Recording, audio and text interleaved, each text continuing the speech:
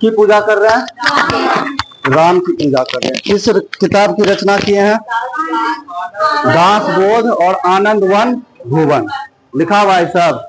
किसके आध्यात्मिक गुरु हैं? शिवाजी के। किस संप्रदाय के हैं? तो मुझे लग रहा है कि इस बेसिक में कुछ दिक्कत नहीं आया होगा। अभी हम लोग महाराष्ट्र में पढ़े थे, जो सब एब्सेंट थे ध्यान सुनना है।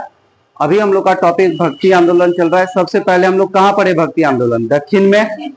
दक्षिण से कहाँ आया? महाराष्ट्र। और महाराष्ट्र से भक्ति आंदोलन आज पढ़ने जा रहे हैं कहाँ? उत्तर भारत में।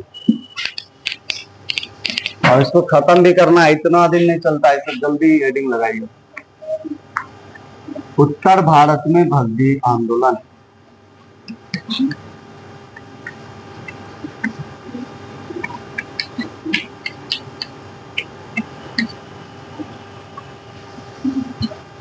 उत्तर भारत में भक्ति आंदोलन। पहले हम लोग दक्षिण में देख चुके हैं। दक्षिण से कहाँ आया? महाराष्ट्र। दोनों वीडियो अपलोड है, जिसको भूलना है वहां देख सकते हैं। क्या देख रहे हैं? लेकिन कुछ कुछ क्या कभी गए नहीं। इसको कड़ी माना जाता है बीच का। हो गया ये। उत्तर भारत से सबसे पहला बेसिक पॉइंट आपको बताया गया कि ये भक्ति आंदोलन का फिर एक बार आते हैं एक लाइन के सार पे। ये आंदोलन क्यों चल रहा है? क्या एक लाइन भी याद है कि नहीं? पूरा शांत हो जाते हैं, दिक्कत का बात है। एक ही लाइन तो रटना था। यह चल रहा है वर्ण व्यवस्था, जाति व्यवस्था, छुआछूत, धार्मिक आडंबर, ये सब के विरुद्ध में चल रहा है मूर्ति पूजा। ये सब के विरुद्ध में कौन आंदोलन चल रहा है? भक्ति आंदोलन। जिसकी शुरुआत कहाँ से हुई है? शंकराचार्य के समय। फिर वहां से आए रामानुजाचार्य, निम्बार्काचार्य और माधवाचार्य। सब लिखा चुके हैं ना। अलग अलग वाद दिए और अलग अलग संप्रदाय। उसी तरह आज हम लोग पढ़ने जा रहे हैं उत्तर भारत में भक्ति आंदोलन। सुनना है, बहुत डस्ट कहानी भी है इसका और सवाल भी आते हैं सीधे। पहले तो बेसिक बताइए आप कि दक्षिण से उत्तर ले जाने का श्रेय किसको जाता है? किसको जा रहा है? रामानंद क्या करते हैं? इस भक्ति आंदोलन जो दक्षिण में फैला हुआ है इसको लेके कहाँ जा रहे हैं? उत्तर में।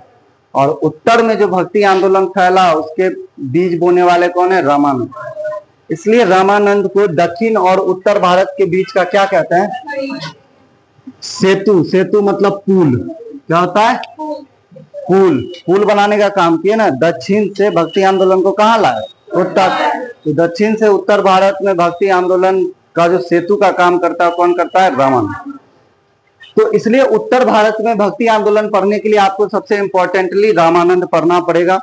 तो रामानंद के बारे में हम लोग जो पॉइंट मेन समझेंगे। पहले स्टैटिक, इनका जन्म या ये कहाँ के थे? अगर उत्तर भारत में लेके आए हैं तो कहाँ के होंगे? उत्तर भारत के। उत्तर भारत में इनका जन्म होता है प्रयाग में। कहाँ पे?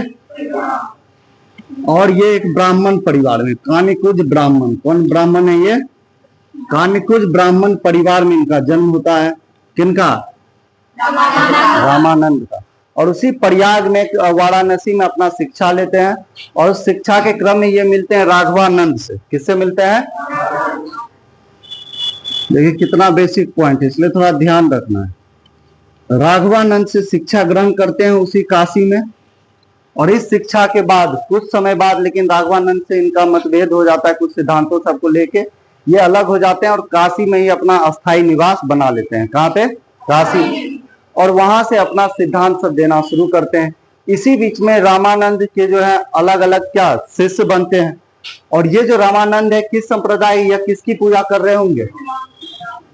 सीधा सवाल समझना है, किसकी आराधना कर रहे हैं? ये शिव या विष्णु की जगह किसकी पूजा करते हैं? राम।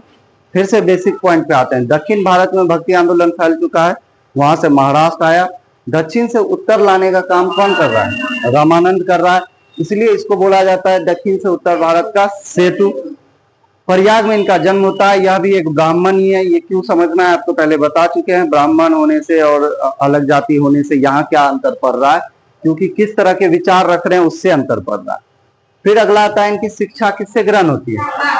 किससे ग्रहण करते हैं? राघवानंद से। और काशी में अस्थायी निवास करके कुछ पुस्तक सबकी भी रचना करते हैं। और उसके बाद ये जो अपना सिद्धांत देते हैं किसकी आराधना कर रहे हैं? राम। ये किसके खिलाफ आवाज उठाते हैं? तो ये भी जाति व्यवस्था जो वर्ण व्यवस्था है, छुआछूत है, आडंबर है, इन सब के खिलाफ आवाज उठाते हैं।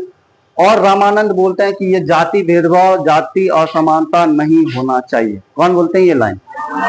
और इसके कारण इनके जो आप शिष्य देखेंगे बहुत पॉपुलर होता है। 12 शिष्य थे इनमें, जिनमें से हम इंपॉर्टेंट पढ़ेंगे। पहले थे इन्हीं के शिष्य कौन? कबीर। कौन थे? रैदास। कौन आते हैं? रैदास। धन्ना। कौन है? सेन। ये सब इन्हीं के कौन है? शिष्य हैं। और ये जानना इंपॉर्टेंट है कि कबीर जो है किस जाति से है? जुल्हा जाति से। रैदास चमार जाति से, जो कि एक मोची है। धन्ना एक जाट है। और सेन एक नाई। ये इसलिए समझना है, इसका मतलब इन्होंने सबके ये क्या किए, सबके लिए धर्म का द्वार खोले कि सब कोई आ सकता है, पूजा कर सकता है। इस कारण ये एक लाइन भी बोलते हैं, याद है कुछ लाइन? क्या? जात पात नहीं होता है, कुछ ऐसे करके, जात पात हो ही ना कुछ, जो हरि को भजे सो हरि का हो ही, ऐसा लाइन है ना, वो इन्हीं का लाइन। क्या? तो रामानंद इस लाइन से यही बताना चाहते हैं कि जात पात कुछ नहीं होता है, जो हरि को भज रहा है वो हरि का है। वो लाइन ही किनकी है? रामानंद। इस बेसिक पॉइंट्स में जो मोस्ट इंपॉर्टेंट वो आपको क्लियर होगा, लेकिन यही समझने के इसलिए बात बोल रहे हैं। स्टैटिक है, तुरंत याद भी हो जाएगा या याद करना ही पड़ेगा। दक्षिण भारत से उत्तर भारत भक्ति आंदोलन लाने का श्रेय रामानंद, इसलिए एक सेतु का काम करते हैं। रामानंद यहाँ पे प्रयाग, इनका जन्म कहाँ होता है? प्रयाग में। ये समझने के लिए कि ये उत्तर भारत के हैं। उसके बाद किस परिवार में? ब्राह्मण। लेकिन ब्राह्मण परिवार में रहने के बाद भी सभी धर्म, सभी जाति के लिए, स्पेशली सभी जाति के लिए उपासना का द्वार क्या किए? खोल दिए कि हर कोई पूजा कर सकता है। और ये इनके शिष्य में हम देखते भी हैं। अगला आता है, इन्होंने शिक्षा किससे ग्रहण की? राघवानंद से। और किसकी उपासना करते थे? राम। तो लिखिए कुछ पॉइंट्स। रामानंद की लाइन नहीं याद है आप लोग को ना?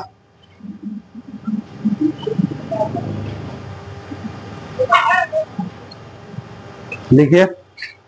भक्ति आंदोलन को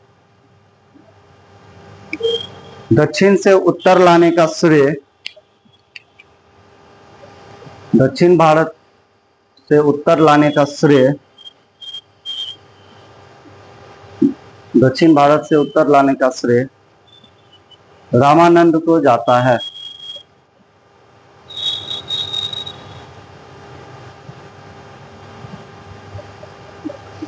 रामानंद को जाता है। अगला पॉइंट, रामानंद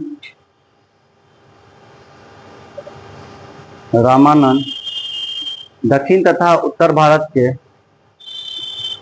रामानंद दक्षिण तथा उत्तर भारत के भक्ति आंदोलन में सेतु का काम करते हैं। किसका काम? सेतु का।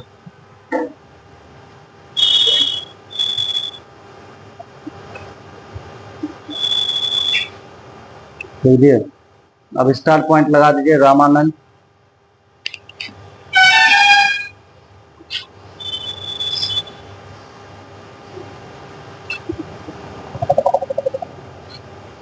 लिख दिए। लिखिए पहला पॉइंट, ऐसे सीधे लिखना है। जन्म लिखिए, डैश दीजिए। प्रयागराज के ब्राह्मण परिवार में। जन्म कहाँ हुआ है? प्रयागराज के ब्राह्मण परिवार में। ब्राह्मण परिवार में लिख दिए। अगला पॉइंट लिखिए। इन्होंने अपनी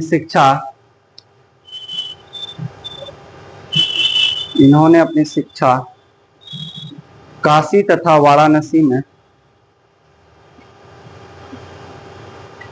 इन्होंने अपनी शिक्षा काशी तथा वाराणसी में राघवानंद से, अपनी शिक्षा राघवानंद से ग्रहण की।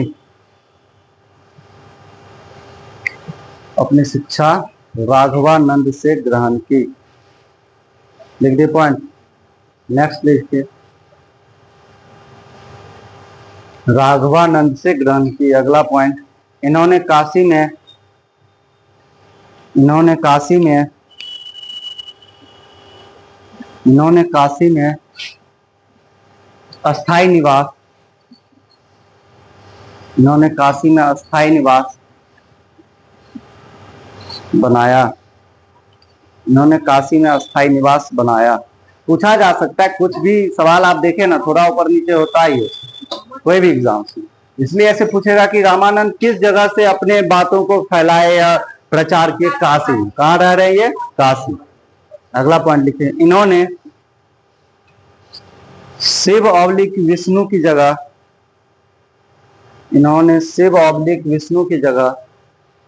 राम की उपासना पर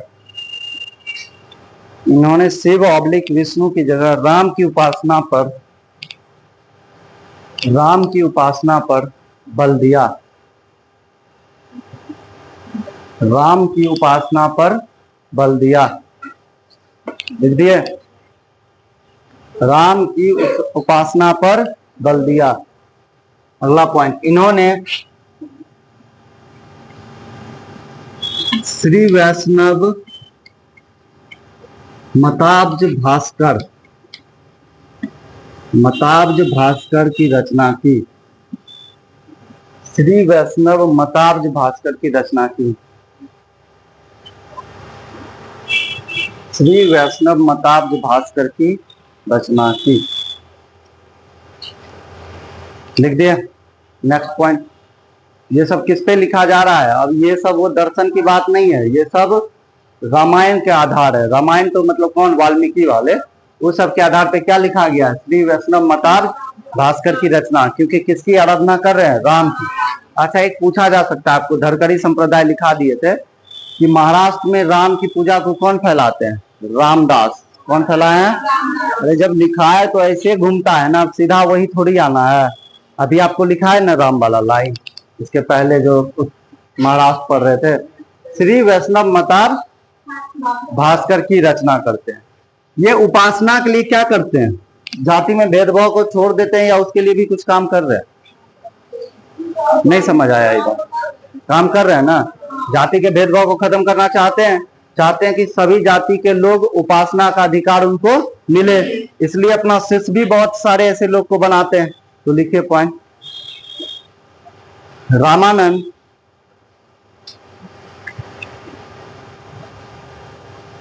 जातिवाद के विरुद्ध कार्य करते हैं। जातिवाद के विरुद्ध कार्य करते हैं तथा सभी जाति के लोग के लिए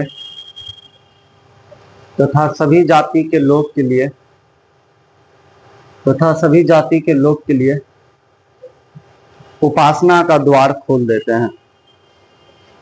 उपासना का द्वार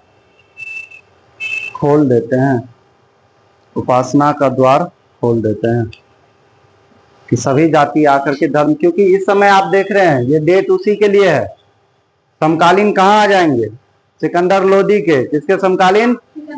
इस्लाम धर्म फैल रहा है, बहुत सारे लोग धर्म छोड़ करके जा रहे हैं, तो जब तक सबको समानता नहीं मिलेगा धर्म तो छोड़ेंगे ही।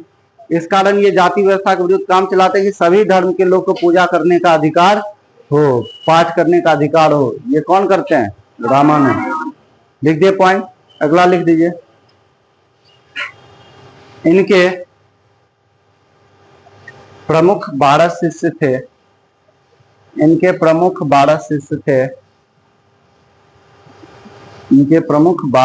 थे और डैश दे करके कुछ नाम लिख लेना है। कबीर, जो कि किस जाति से? जुलाहा जाति। किस जाति से? कौन जाति से हैं? कमार रैदास, चमार जाति से मोची का काम कर रहे हैं। रैदास, कमार रैदास, लिख दिए? चमार जाति। अगला है धन्ना, जाट है। धन्ना कौन है? जाट। धन्ना कौन है? जाट। और सेन कौन है? धन्ना धन। और सेन कौन है? नाई। सेन कौन है? नाई। पता नहीं इस सब में याद करने में इतना देर, यहाँ याद हो जाना चाहिए था क्या। दक्षिण भारत से उत्तर भारत भक्ति आंदोलन को लेके कौन आए हैं? रामानंद। रामानंद को इसलिए बोला जाता है दक्षिण तथा उत्तर भारत के बीच सेतु, एक पुल का काम करते हैं, जिससे दक्षिण से कहाँ आया? उत्तर। इनका जन्म होता है कहाँ? प्रयाग में। किस परिवार में? ब्राह्मण परिवार में। और इन्होंने काशी तथा वाराणसी में रह के शिक्षा ग्रहण की। किससे? राघवानंद। किनसे शिक्षा ग्रहण की है? राघवानंद से। और इन्होंने किसके उपासना पर बल दिया? ये राम की पूजा करते हैं। किसकी पूजा? राम। इन्होंने जाति व्यवस्था के विरुद्ध काम किया और सभी जाति के लोग को उपासना करने का अधिकार प्रदान किया, जिसमें से हम पढ़ते हैं कि कुछ लोग हैं जैसे कबीर, रैदास, धन्ना, सेन, अलग अलग निम्न जाति से थे और उनको भी उपासना करने का अधिकार दिया गया। इसी बीच में ये कुछ लाइन भी बोलते हैं कि जाति पाति पूछे ना कोई, जो हरि का भजे सो हरि का होई। इसका मतलब जो भगवान को पूजेगा वो भगवान का हो जाएगा। ये लाइन कौन बोले? रामानंद। इसलिए जाति व्यवस्था सब विद्यमान नहीं होना चाहिए। किस तरह से उत्तर भारत में भक्ति आंदोलन फैला, थोड़ा समझ में आया होगा। और क्यों राम, कृष्ण और विष्णु की पूजा, शिव की पूजा में इतने अंतर आते हैं, वो भी थोड़े समझ में आ रहे होंगे। अलग अलग लोग आकर के अलग अलग चीजों पे बल दिए और काम करना प्रारंभ किए। ये पुस्तक भी लिखते हैं, किताब, उसका नाम क्या है? श्री वैष्णव मतार भास्कर की रचना करते हैं। ये किनकी कहानी थी? रामानंद। इस कारण से उत्तर भारत में भक्ति आंदोलन आ तो गया, लोग राम की पूजा करने लगे। अच्छा, ये पूजा आपको लग रहा होगा तो पूजा तो सर पहले भी आ रहा था, ये करने के तरीके सब कुछ और हैं। आप देख रहे होंगे धर्म में सुधार के साथ महिलाओं को भी अधिकार देना, उसके बाद जो है आप निम्न जाति के जो लोग हैं जाति व्यवस्था के विरुद्ध काम करना, धार्मिक जो आडंबर हो रहे हैं, यहाँ यही डर हो रहा है कि धर्म के लोग छोड़कर ना निकल जाए, तो जो आडंबर है, पूजा पाठ, यज्ञ कराना, ये कराना, वो सबको ये लोग भी काट रहे हैं। ये सब होना नहीं चाहिए, क्योंकि जो लोग, अब देखिए कोई गरीब, आपको तो पहले भी एग्जाम्पल दिए थे जब हम लोग वैदिक कालर पढ़ रहे थे, अब किसी के पास पैसा नहीं है और मान लीजिए उल्टा उनका पुत्र मर रहा है या कोई मर रहा है और उसके कारण कि भोज करो, ये करो, हो रहा है ना। वैसे ये बात कहीं जोर दे के नहीं है, किताब में कहीं नहीं लिखा है कि करना ही, वो समाज की तरफ से जोड़ा जाता है। तो समाज की चीज को, तो बुराई को खत्म करना था, तो उस सब के विरुद्ध काम किए हैं कौन? रामानंद। ठीक है। उसके बाद अब उत्तर भारत में फैल चुका है और अलग अलग लोग आएंगे, जिसमें आप नाम सुने भी होंगे। सबसे पॉपुलर कौन होते हैं? कबीर। तो एक लाइन पहले नीचे में लिख दीजिए, उत्तर भारत में भक्ति आंदोलन के, उत्तर भारत में भक्ति आंदोलन के, उत्तर भारत में भक्ति आंदोलन के दो रूप का विकास हुआ। कितने रूपों का? दो रूपों का विकास होता है। कितने रूपों का? दो रूप। समझ आ गया होगा इतना बड़े। तो ये था पहले रामानंद, जो सेतु का काम कर रहे हैं, क्योंकि दक्षिण भारत से कहाँ है? उत्तर भारत। किस परिवार से हैं और किसकी उपासना करते हैं? राम की। अभी आपको बताएं कि उत्तर भारत में भक्ति आंदोलन के कितने रूप फैले हैं? कितने रूप? दो रूप। कौन कौन? तो इन्हें लिखा है, हम शांति हो जाते हैं। दो रूप है, निर्गुण भक्ति, सगुण भक्ति। कौन भक्ति? निर्गुण भक्ति और सगुण भक्ति। तो लिख दीजिए वहां, निर्गुण भक्ति और सगुण भक्ति। दो भक्ति का विस्तार होता है, निर्गुण भक्ति और क्या हुआ? देखिए, निर्गुण भक्ति और, तो उत्तर भारत में दो रूप से पूजा प्रारंभ या भक्ति प्रारंभ होता है, और वो कौन कौन से रूप है? निर्गुण भक्ति और, लिखिए हेडिंग देखिए, निर्गुण भक्ति। पहला स्टार पॉइंट दीजिए, लिखिए निर्गुण भक्ति। समझना है पहले चीजों को। यहाँ पे भक्ति के दो रूप आए हैं, निर्गुण और सगुण। कौन से भक्ति? निर्गुण और सगुण। उतना टेक्निकल नहीं, बात को समझना है। लिखने में इतना रह जाते हैं, दिक्कत यही हो जाता है, सब याद एकदम हो जाना है। बहुत इजीली कॉन्सेप्ट को अलग कर रहे हैं, ये बात समझ आता है कि नहीं आ रहा? और भारी कर देते हैं, ऐसा नहीं, और टफे हो गया। कितना आसान किए। आपको पहले दक्षिण में पढ़ा है, फिर दक्षिण से जैसे जैसे भक्ति आंदोलन फैला हम वैसे पढ़ा है आपको। दक्षिण में फैला, पढ़ा दिए, वहां से कहाँ आया? महाराष्ट्र में। महाराष्ट्र से कहाँ आ रहा है? उत्तर भारत में। और उत्तर भारत में आने के बाद रामानंद तक तो ठीक थे, लेकिन उसी के बीच में या उसी समय में कितने आ गए? दो रूप आ गए, निर्गुण और सगुण भक्ति। जिसमें पहला निर्गुण भक्ति के बारे में हम लोग पढ़ेंगे। क्या है निर्गुण भक्ति सगुण भक्ति, क्लियर करना आज ही। कुछ लोग ऐसे आते हैं जो बोलते हैं भगवान निराकार है, इनका कोई आकार नहीं है, ना तो वो ईश्वर की मान्यता ऐसे मान रहे हैं, ना उनकी कोई लीला मान रहे हैं कि यह ईश्वर की ही लीला है। ये सब कोई बात मानने को ये तैयार नहीं है। कौन? निर्गुण। ये बोलते हैं भगवान कैसे हैं? निराकार है, उनका कोई आकार नहीं है। अब कोई आकार नहीं है तो क्या मूर्ति की पूजा करेंगे? फिर मूर्ति का तो आकार के रूप में है वो, तो ना मंदिर की पूजा कर रहे हैं, ना मूर्ति पूजा कर रहे हैं। उनका ये लोग क्या कर रहे हैं? विरोध कर रहे हैं। कौन भक्ति वाले? निर्गुण भक्त। और भगवान को किस रूप में बता रहे हैं? निराकार रूप। इसमें से बहुत सारे संत आते हैं, वही हमें देखने हैं। और सगुण भक्ति किस रूप में? भगवान को एक आकार के रूप में पूजा करते हैं। जैसे राम कृष्ण, उनका एक आकार है कि नहीं, एक इमेज है कि नहीं हमारे मन में। लेकिन निर्गुण भक्ति वाले लोग इसको मानने को तैयार नहीं, वो बोलते भगवान कैसे हैं? निराकार है। ऐसा हम लोग आसपास देखते भी है। इसका मतलब अब जब कॉन्सेप्ट से सवाल आए तो आप ही बताइए निर्गुण भक्ति का यहाँ उद्भव कैसे हुआ होगा। अब बेसिक सवाल, इतना कहानी दे दिए, नींद आ रहा होगा, बच्चा वाला सवाल आया, निर्गुण भक्ति का विकास कैसे, किसके मेल से, किसके मिलने से, ऐसा कैसे मन में आया? यही सब बातें समझनी है यहाँ से सवाल जो है। पहला लिखना है निर्गुण भक्ति क्या है, कि यह भगवान की पूजा किस रूप में करते हैं? निराकार रूप में पूजा करते हैं। ये क्या बोलते हैं? ना ईश्वर और ना किसको मानते हैं? ना लीला को, ना तो ईश्वर को मान रहे और ना ही भगवान द्वारा किए गए लीला को मानते हैं। उसके अलावा इनमें जो प्रमुख संत आते हैं कौन कौन हुए? संत ही इंपॉर्टेंट। पहले संत बताइए, फिर आगे बढ़ेंगे हम लोग। एक भी निर्गुण का याद है?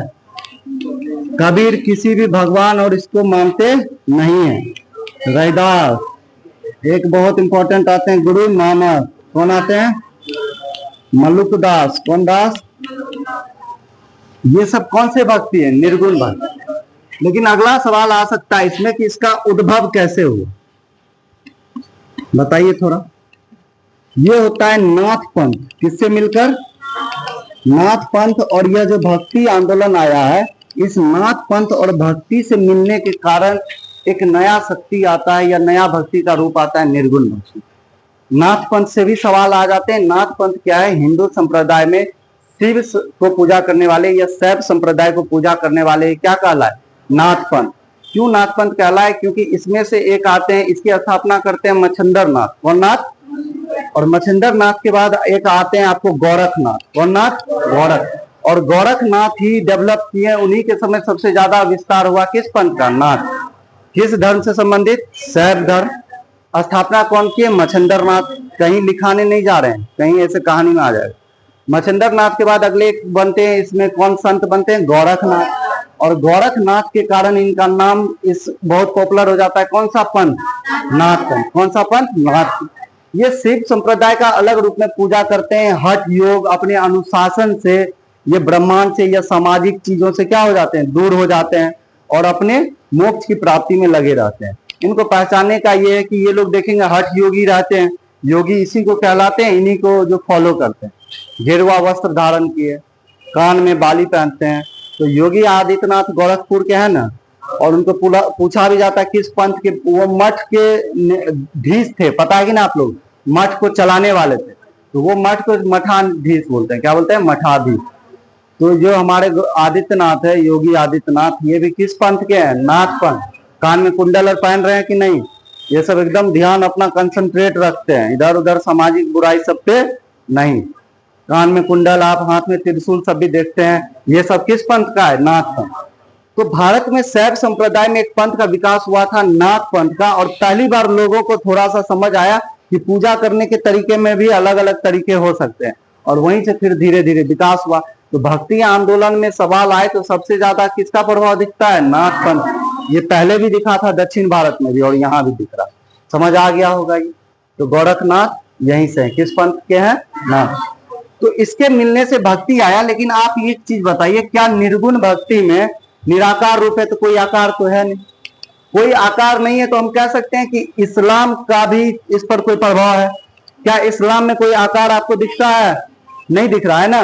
तो इसका मतलब हम कह सकते हैं कि इस्लाम का एकेश्वरवाद का प्रभाव, किसका प्रभाव? इस्लाम के एकेश्वरवाद। मतलब एकेश्वरवाद मतलब क्या? उनका भी कहना है कि कितने हैं, पूरा दुनिया का मालिक एक ही, कोई दूसरा नहीं। सगुन में जब हम आते हैं तो शिव राम फिर अलग अलग होते हैं ना, तो ये बहुदेववाद हो गया। कैसा वाद? बहुदेववाद, बहुत सारे देवता का वर्ण। इस्लाम कैसा मानता है? एकेश्वरवाद। अब आप आजकल पे थोड़ा आ जाइए, थोड़ा इसको समझिएगा। आप जाते हैं, जैसे हम लोग गुरु नानक साहब का क्या कहते हैं उसको, जो मंदिर है उनका गुरुद्वारा है, तो गुरुद्वारा जब जा रहे हैं तो वहां क्या आप कोई आकार के रूप में देख रहे हैं क्या? अगर आकार आजकल लोग पूजने भी लगा है, तो गुरु नानक कोई पूजने लगा, तो ये तो एक संत थे ना। कोई भगवान दिखते हैं क्या आपको वहां? ऐसा नहीं दिखते हैं। वो भी निराकार रूप में। किस रूप में? मस्जिद जाएंगे आप तो वहां भी कोई ऐसा आकार, कोई फोटो सब लगा हुआ नहीं है। वो सब कौन रूप है? निराकार रूप। वहीं से समझ आया इनको, और इस्लाम का एकेश्वरवाद। तो ये दोनों इसके सिद्धांत हुए। लेकिन एक भक्ति का रूप आता है, और भक्ति का रूप है सूफी का प्रेम भक्ति। सूफी का, तो सूफी जब हम पढ़ेंगे तो आपको समझ आएगा कि सूफी में प्रेम भक्ति पर ज्यादा जोर दिया गया है। प्रेम बल के रूप में हम लोग पूजा करते हैं, तो उसी का प्रभाव। और देखिए कितना इजी कॉन्सेप्ट आया, क्या लिखा है, तभी से इतना ध्यान देके समझ आया कि निर्गुण भक्ति पर किसका प्रभाव है। सबसे ज्यादा साइंटिफिक पूछा जाने वाला क्वेश्चन। तो पहला आपको आएगा नाथपंथ भी है। दूसरा आता है इस्लाम का एकेश्वरवाद, क्योंकि इस्लाम भी एक को पूजते हैं, और निर्गुण वाले भी किसको पूजते हैं? एक। बोलते हैं भगवान अनंत है, अनादि है, निराकार है, उनका कोई आकार नहीं है। ये सब कौन बोल रहे हैं? निर्गुण वाले। ना ईश्वर है, ना ही उनकी कोई लीला है। संत इसमें से आए कबीर, रैदास, गुरु नानक, मलुकदास, ये सब किस पद्धति के हैं? निर्गुण। इस पर जब उद्भव आता है तो नाथपंथ और भक्ति का रूप है। नाथपंथ जैसे हठ योगी सब हुए, उसी में कौन सा रूप? भक्ति का। और लेकिन इस पर अगर बोलेंगे प्रभाव किसका किसका है, तो इस्लाम के एकेश्वरवाद और सूफी के प्रेम भक्ति। ज्यादा टेक्निकल और हो रहा है कि अब समझ आ रहा, समझ आ गया ना? निराकार रूप में पूजा कर रहे हैं, कौन भक्ति? तो लिखिए पहले आप निर्गुण भक्ति के बारे में। निर्गुण भक्ति का पहला पॉइंट, यह निराकार रूप में ईश्वर की पूजा, यह निराकार रूप में ईश्वर की पूजा करते हैं।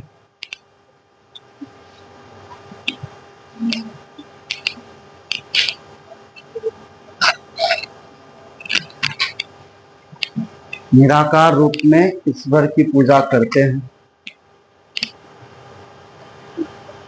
नेक्स्ट पॉइंट, ये ना ईश्वर ना ही लीला को मानते हैं।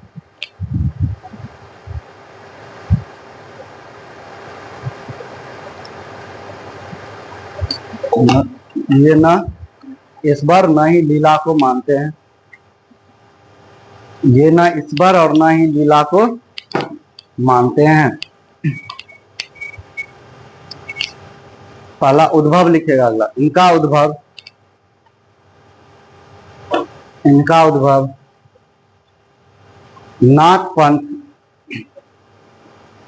इनका उद्भव नाथपंथ तथा भक्ति के मिश्रण से हुआ। इनका उद्भव नाथपंथ तथा भक्ति के मिश्रण से हुआ। नाथपंथ तथा भक्ति के मिश्रण से हुआ। किन किन चीजों से मिलके हुआ है? नाथपंथ और भक्ति। लिखिए निर्गुण भक्ति पर, निर्गुण भक्ति पर, निर्गुण भक्ति पर इस्लाम के एकेश्वरवाद, इस्लाम के एकेश्वरवाद तथा सूफी के प्रेम भक्ति, एकेश्वरवाद, इस्लाम के एकेश्वरवाद तथा सूफी के प्रेम भक्ति, सूफी के प्रेम भक्ति का प्रभाव दिखता है। सूफी के प्रेम भक्ति का प्रभाव दिखता है। सूफी के प्रेम भक्ति का प्रभाव दिखता है। अगला लिख दीजिए प्रमुख संत, कबीर, रैदास, गुरु नानक, मलकुदास,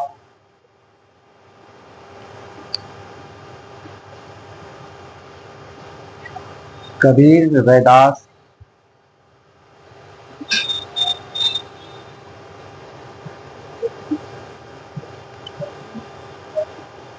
निर्गुण भक्ति समझ आ गया होगा, जो भगवान की कोई भी आकार के रूप में पूजा नहीं करते। मिटा इसको। तो उत्तर भारत में भक्ति आंदोलन के दो रूप, पहले निर्गुण भक्ति और सगुण भक्ति, जिसमें पहला निर्गुण भक्ति हम देख रहे हैं। निर्गुण भक्ति लोग भगवान की पूजा किस रूप में कर रहे हैं? निराकार, कोई आकार को वो ना मानते, ना ईश्वर और ना इनकी कोई लीला को।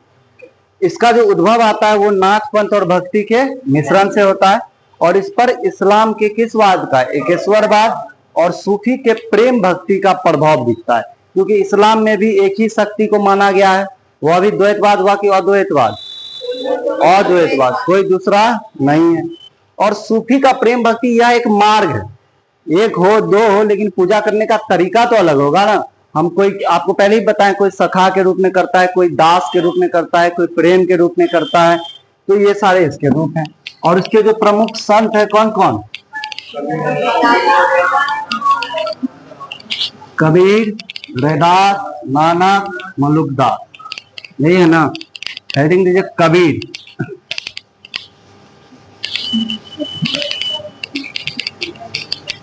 अगला हेडिंग दीजिए कबीर।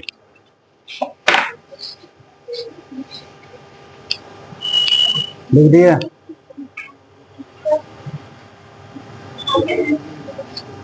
क्या बात करना पड़ रहा है?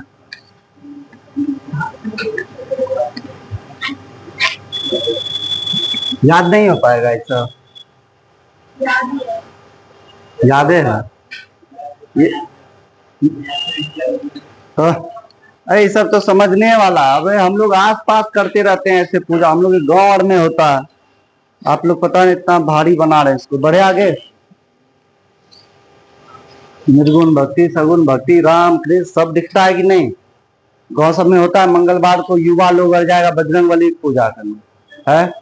बूढ़े लोग जा रहे हैं वहां पे किसका पूजा करने? राम की पूजा करने। वहां राम भगवान का चल रहा है उसी मंदिर में।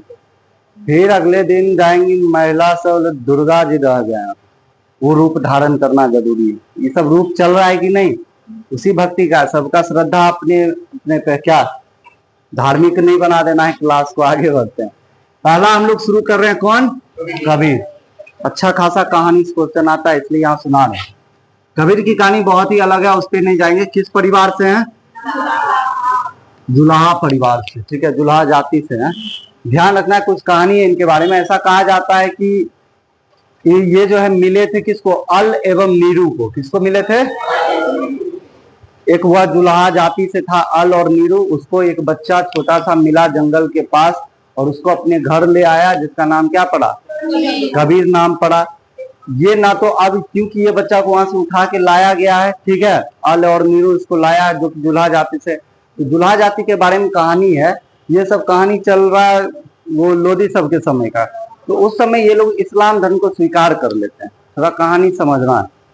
तो कबीर शुरू में, यह पूरा जुलाहा जाति जो है हिंदू से अलग हो जाता है, क्योंकि यहाँ भेदभाव का शिकार होना पड़ रहा है।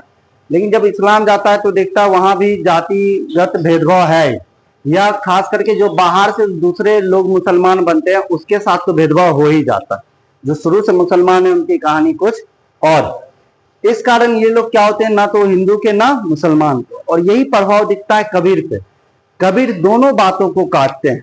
इस बात से ही हमको समझना है। ये जुलाहा जाति से हैं और ये सबसे ज्यादा कटाक्ष करते हैं किस चीज का? जाति व्यवस्था का सबसे ज्यादा विरोध कौन करते हैं?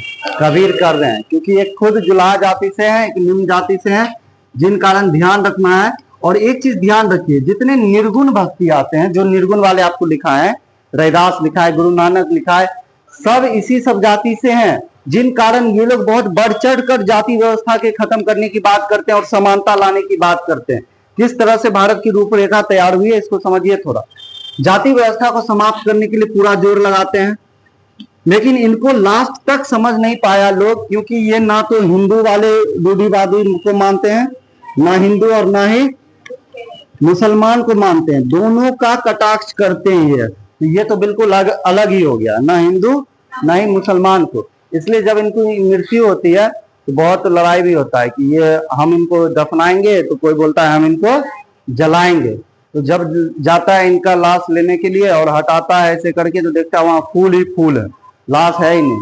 तो आधा फूल हिंदू रख लेता है और आधा फूल मुसलमान। इसका मतलब कबीर अपने मरने तक पता नहीं चलने दिया कि हम किस धर्म को मान रहे हैं, हिंदू को कि मुसलमान को।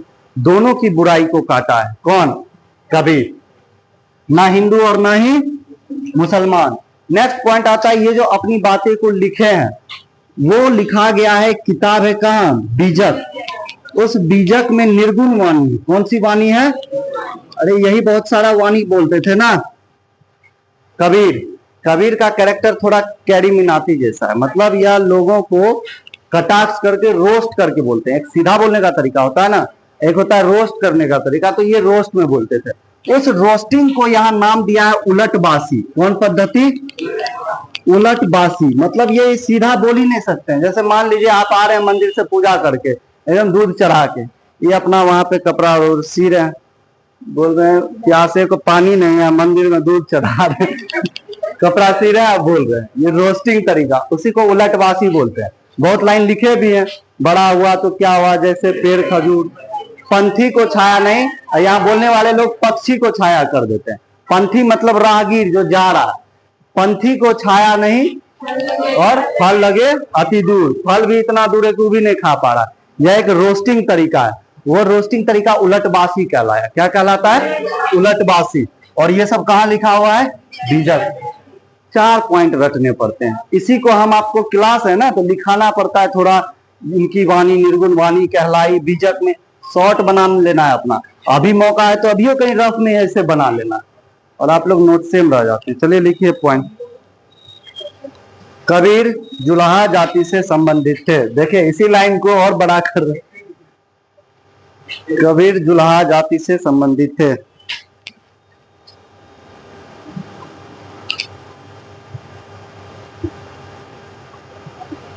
जुलाहा जाति से संबंधित थे। अगला पॉइंट लिखना है, इन्होंने जाति व्यवस्था, इन्होंने जाति व्यवस्था, इन्होंने जाति व्यवस्था, कौमा मूर्ति पूजा, जाति व्यवस्था कौमा मूर्ति पूजा, कौमा रोजा, नवाज, तीर्थ, व्रत का घोर विरोध किया। क्या लिखे? मूर्ति पूजा, रोजा, नवाज, तीर्थ, तीर्थ यात्रा पे जाते हैं ना, कल भी तो गए होंगे। तीर्थ कौमा व्रत, कौमा व्रत का घोर विरोध किया, का घोर विरोध किया, का घोर विरोध किया। लिख दिए। ये हिंदू तथा मुसलमान, ये हिंदू तथा मुसलमान, ये हिंदू तथा मुसलमान दोनों, दोनों के रूढ़िवादी, दोनों के रूढ़िवादी, रूढ़िवादी मतलब कट्टरता जो आता है, रूढ़िवादी परंपरा का, रूढ़िवादी परंपरा का विरोध किया। ये हिंदू तथा मुसलमान दोनों के रूढ़िवादी परंपरा का विरोध किया, विरोध किया। लिख दिए। ये सब निर्गुण वाले लोग हैं, तो एक भगवान की बहुत सारे, तो एकेश्वरवाद किस पर काम, किसको मानते थे? यह एकेश्वरवाद को, यह एकेश्वरवाद को मानते थे। किसको मानते हैं? एकेश्वरवाद को मानते हैं। लिख दिए पॉइंट, एकेश्वरवाद को मानते हैं। अगला पॉइंट, कबीर की निर्गुण वाणी, लिखे पॉइंट, कबीर की निर्गुण वाणी, कबीर की निर्गुण वाणी बीजक में संकलित है, बीजक में संकलित है। बीजक में संकलित है। किसमें है? लिख दिए, लिखिए। कबीर की उलटवासी, कबीर की उलटवासी, कबीर की उलटवासी अत्यंत प्रसिद्ध है।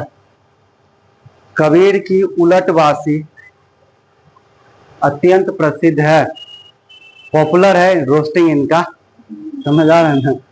कबीर की उलटवासी अत्यंत प्रसिद्ध है। लिख दिए पॉइंट, समझ आ रहा होगा इतना आप।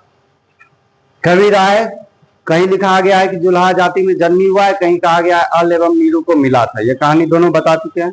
ऐसा ही कहानी आपको चंद्रगुप्त मौर्य में भी लग रहा होगा, क्या लग रहा था कि नहीं? कोई बोलते हैं कि ब्राह्मण परिवार से थे, कोई बोलते हैं मौर्य परिवार में है, ये सब वहां बताया गया। जाति व्यवस्था, मूर्ति पूजा, रोजा नमाज की तीर्थ व्रत का ये घोर विरोध करते हैं। अगला ये हिंदू और मुसलमान दोनों की रूढ़िवादी परंपरा का विरोध, दोनों को नहीं मान रहे। चाहे आगे आगे से काजी जाए इस्लाम धर्म का कि पंडित जाए, दोनों पे रोस्टिंग इनका शुरू रहता है। क्या बोले, आ रहे हैं पंडित पूजा करवा के आ रहे हैं, अब जाके मटन दावेंगे, ये सब बात था इनका। किनका? कबीर का। इनके मन में क्लियर विचार आया था कि क्या हिंदू क्या मुसलमान। लेकिन ये लाइन सबसे पहली बार प्रभावित हुए थे कौन? गुरु नानक हुए थे। उसके बाद आते हैं ये अपनी कुछ वाणी देते हैं, निर्गुण वाणी, और वह किस में संकलित है? बीजक में। और उसी का एक भाषा है उलटवासी। क्या है? पद्धति है। कौन सी पद्धति? उलटवासी। किस पर जोर देते हैं? एकेश्वर। ज्यादा सवाल आ जा सकता है कि बीजक के अलग अलग भाग, तो लिखिए बीजक के भाग।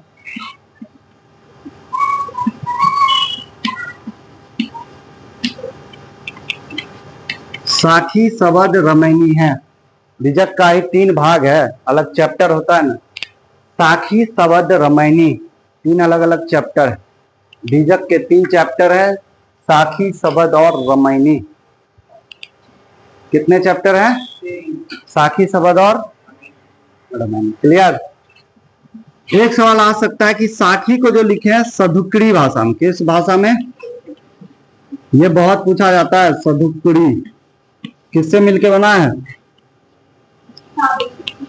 राजस्थानी प्लस पंजाबी, राजस्थानी प्लस पंजाबी भाषा में लिखा गया है। कौन सा भाग? साखी, राजस्थानी और पंजाबी। और शबद और रमैनी लिखा गया ब्रज भाषा, यूपी की भाषा है। यूपी की भाषा है, हाँ, सुधुकड़ी। कौन भाषा है? सुधुकड़ी। कौ संयुक्त हो जाएगा यहाँ, लीजिए। सुधुकड़ी कौन भाषा है? तो साखी लिखा गया सुधुकड़ी भाषा में, जो कि है राजस्थानी और पंजाबी का मिश्रण। इतना देख के क्या लग रहा है? कबीर पढ़े लिखे लोग थे कि निरक्षर थे? अनपढ़ हैं। क्या है ये? अनपढ़। अपने सामाजिक ज्ञान के कारण इतना बोल पाए हैं और कर पाए।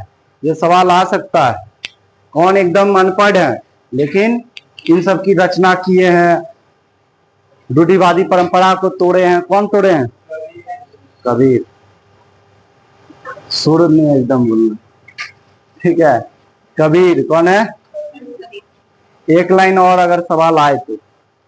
पहले ऐसे लोग आए हैं जो हम लोग को बताते हैं साम्यवाद के बारे में। किसके? यह एक चीज देखिए, जब आप समाज को देखते रहिएगा ना, हम लोग भी जो इतना बोल रहे हैं समाज सबको समाज को देखने के बाद आप रोस्टिंग मोड में आ ही जाइएगा। बहुत बार आप देखे होंगे, हो जाता है कि नहीं? रोकना चाहते हैं, जैसे आप ही लोग इतना इंटेलिजेंट है, इतना पढ़ रहे हैं, ये सब हो जाता है जब समाज को आप देखने लगते हैं। ऐसा क्यों बोल रहे हैं? क्योंकि ये पढ़े लिखे नहीं है। लेकिन एक बात बताए कि समाज में जो भेदभाव उत्पन्न है, यह भेदभाव का कारण आर्थिक असमानता है, पैसा का बंटवारा, कोई ज्यादा अमीर कोई ज्यादा, जिस कारण ही भेदभाव उत्पन्न होते हैं। इसका मतलब वो साम्यवाद की बात कर रहे थे। साम्यवाद क्या समझेंगे, लेकिन थोड़ा समझ आ गया होगा। साम्यवाद या समाजवाद किस बात की बात करता है? समानता की बात। कोई कमा करके ज्यादा अमीर ना हो जाए, कोई ज्यादा गरीब ना हो जाए, यही समाजवाद बोलता है कि समानता लाना है। तो उसको सबसे पहली बार कौन बताए हैं? कबीर बता रहे हैं। तभी समझिए, लिख दीजिए पॉइंट। कबीर ने साम्यवाद पर बल दिया। जैसी चर्चा की, कबीर ने साम्यवाद की चर्चा की। कबीर ने साम्यवाद की चर्चा की। किसकी चर्चा? कबीर समझ आ गया। निर्गुण सगुण, तो कबीर जो है निर्गुण है और निर्गुण भक्ति को मानते हैं। तो कृष्ण को कि राम को? किसी को निराकार। किस चीज को? निराकार। फिर आते हैं, ये किस जाति हैं? जुल्हा जाति से हैं, इसीलिए जाति व्यवस्था, मूर्ति पूजा, इस सब का पूरा विरोधी है। रोजा नमाज हिंदू मुसलमान सबके विरोध कर रहे हैं, क्या? सबकी रूढ़िवादी परंपरा का। उसके बाद आता है क्या कि इनकी जो वाणी है, कौन सी वाणी है? जो किस किताब में लिखा है? बीजक में। और किस पर, किस वाद पर है ये? एकेश्वरवाद। एक ही शक्ति है, निराकार शक्ति है, अनादि शक्ति है, अनंत शक्ति है। इसी को सिख धर्म में नाम दे दिया जाता है अकाल। किसकी बात दी जाती है? अकाल की। यही है ना। अगला आता है हम लोग का पॉइंट कि इन्होंने साम्यवाद पर भी बल दिया है। इनके 3 शाखा है, साखी, शबद, रमैनी। साखी, शबद। इन्होंने एक भाषा का भी विकास किया, सुधुकड़ी। देखिए पढ़े लिखे नहीं है लेकिन भाषा नया बना दिए। समझ आ रहा है? कौन सा भाषा? सुधुकड़ी भाषा। और ये किसका मिक्सर है? राजस्थान और जो शबद रमैनी है ब्रज भाषा में। किस भाषा में है? किस भाषा में? ब्रज भाषा। टाइम आज ज्यादा हो रहा है ना। एक लिखिए हेडिंग, गुरु नानक। अगले कौन है? गुरु नानक।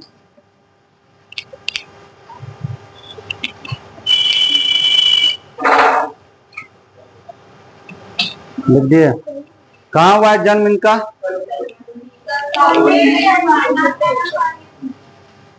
सब नाम आ गया। और 4-5 गो। तलवंडी में। कहाँ होता है? कहाँ पढ़ रहा है अभी? पाकिस्तान का पंजाब राज्य है, वहीं पढ़ रहा है। क्या? तलवंडी। तो जन्म कहाँ हुआ है? तलवंडी में। लिख दीजिए।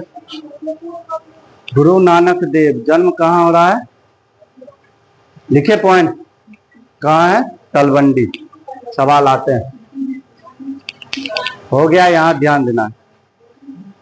लिख दिए पॉइंट। निर्गुण की सगुण। देखिए पॉइंट। गुरु नानक निर्गुण भक्ति के उपासक थे। निर्गुण भक्ति के उपासक। किसके उपासक है? निर्गुण भक्ति के उपासक। किस भक्ति के? निर्गुण भक्ति के उपासक हैं। लिख दिया पॉइंट। अच्छा क्या होता है, ध्यान से सुनना। अभी ये पढ़े लिखे लोग हैं, ठीक है, लेकिन इनका क्या होता है, ये पहली बार, उनके पिता जो है, ये सब भी लोधी वंश के समय का ही कहानी है, बहलोल लोधी सबके समय का। उस समय इनके पिता सब इनको जॉब सब पे भी लगाते हैं, लेकिन इनका ध्यान चला जाता है धर्म की ओर। ध्यान से सुनना है। इसी संप्रदाय में एक नया नया धर्म बन गया। यह सब अभी एक संप्रदाय चल रहा है। यह भी हिंदू धर्म के अंतर ही एक नया शाखा बनाते हैं, क्योंकि इनका एक लाइन इनके दिमाग में हिट हो जाता है कि क्या हिंदू क्या मुसलमान, और उस लाइन को पकड़ के ये खोज करने निकल जाते हैं कि सारा तो भगवान के ही क्या है, पुत्र हैं। तो फिर भगवान के ही जब यहाँ बनाए हुए हैं तो ये भेदभाव क्यों है, कैसे है ये भेदभाव, कोई किया है ये भेदभाव, उस चीज पे ये काम करने लगते हैं और निर्गुण भक्ति पे जोर देते हैं। यही जोर देते देते इनके समय तक सिख धर्म नहीं है।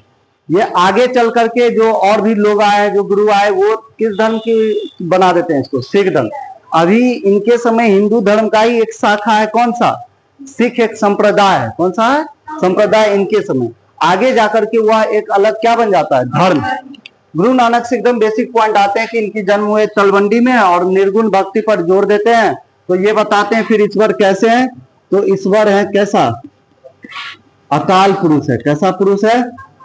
इसलिए देखे होंगे आप लोग कि बहुत बार ये सिख धर्म में हम लोग अकाल वर्ड आता है, अकाली दल पार्टी का नाम होता है, कहीं हम लोग अकाल दल का, अकाल संप्रदाय, ये सब सुनते हैं हम लोग, क्योंकि गुरु नानक ही कह के गए कि ईश्वर कैसे है, अकाल पुरुष है, अनंत पुरुष। इसका मतलब क्या है, अनंत पुरुष की बात करके गए हैं। ये जो अपनी बात को रखे हुए यहाँ से एकदम स्टैटिक पॉइंट है, अपना जो भाषण ये दिए हैं, बहुत बातें कविता लिखी है, वो कहाँ पे, किस किताब में है, आदि ग्रंथ में। किसमें है? लेकिन ये आदि ग्रंथ में नहीं लिखे हैं, ये तो बातें बोल के चले गए। बाद में एक आए गुरु अर्जुन देव। कौन आए? गुरु अर्जुन देव आए और वही इनकी बातों को एक किताब में सजोया, और वही किताब क्या कहलाया? आदि ग्रंथ। आदि ग्रंथ में किनकी कविताएं या वाणी है? गुरु नानक। उसको कौन किया है उसमें? गुरु अर्जुन देव। जब पढ़ेंगे सिख धर्म तो समझ जाएंगे 5 गुरु हैं। कौन से गुरु हैं? सिख धर्म में बहुत सारे गुरु हुए और वो सारा पढ़ना है एक एक करके। यहाँ से धर्म भी बनेगा, एक समझना है। अगला आता है लास्ट पॉइंट की गुरु नानक ने एक काम शुरू करवाया, लंगर व्यवस्था। कौन व्यवस्था? लंगर व्यवस्था मतलब है सामुदायिक भोजन। क्या है? आप सुनेंगे गुरुद्वारा में लंगर चलता है कि कोई भी आकर के वहां भोजन सब कर सकते हैं। ये लंगर व्यवस्था की शुरुआत कौन करवाए हैं? गुरु नानक। तो लिख लीजिए पॉइंट,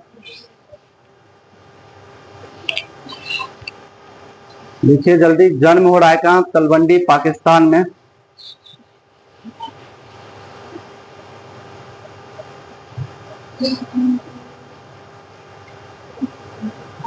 पाकिस्तान में भी एक पंजाब राज्य, पता है ना, उसी राज्य का जगह।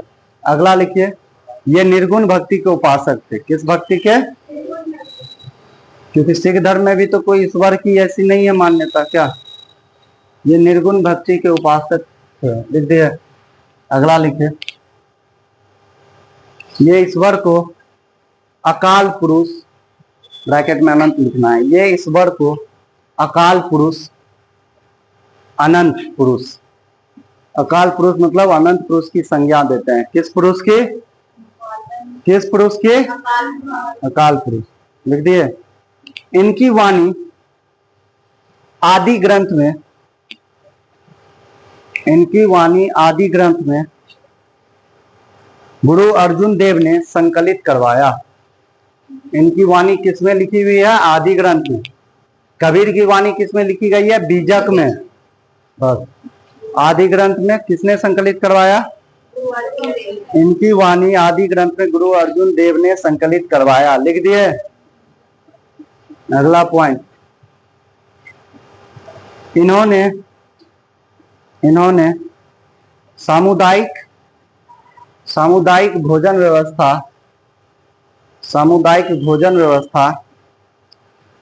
लंगर व्यवस्था चलवाया। इन्होंने सामुदायिक भोजन व्यवस्था, लंगर व्यवस्था चलाया है। कौन सा व्यवस्था चलाया है? सिख धर्म को जब पढ़ेंगे तो और बातों को डिटेल से समझेंगे। यहां समझ आया होगा कि हिंदू धर्म के ही एक शाखा के रूप में निर्माण हुआ है। किसका? सिख संप्रदाय। कौन सा संप्रदाय है? जिसमें ये भी किस भक्ति पे जोर दे रहे हैं? और ईश्वर को किस रूप में कहा गया? अकाल पुरुष या अनंत। और इनकी जो वाणी है, जो ये बताते हैं लोगों को, ये किस किताब में है? आदि ग्रंथ में। और जिसको संकलित करवाया अर्जुन देव। और कौन व्यवस्था है? लंगर व्यवस्था। लिख दिए। एक लाइन इंपॉर्टेंट है कबीर वाला, कि कबीर जो है रैदास को संतों का संत कहता है। एक लाइन कबीर में कहीं हटा दीजिएगा। कबीर ने रैदास को संतों का संत कहा। क्या कहा है? संतों का संत।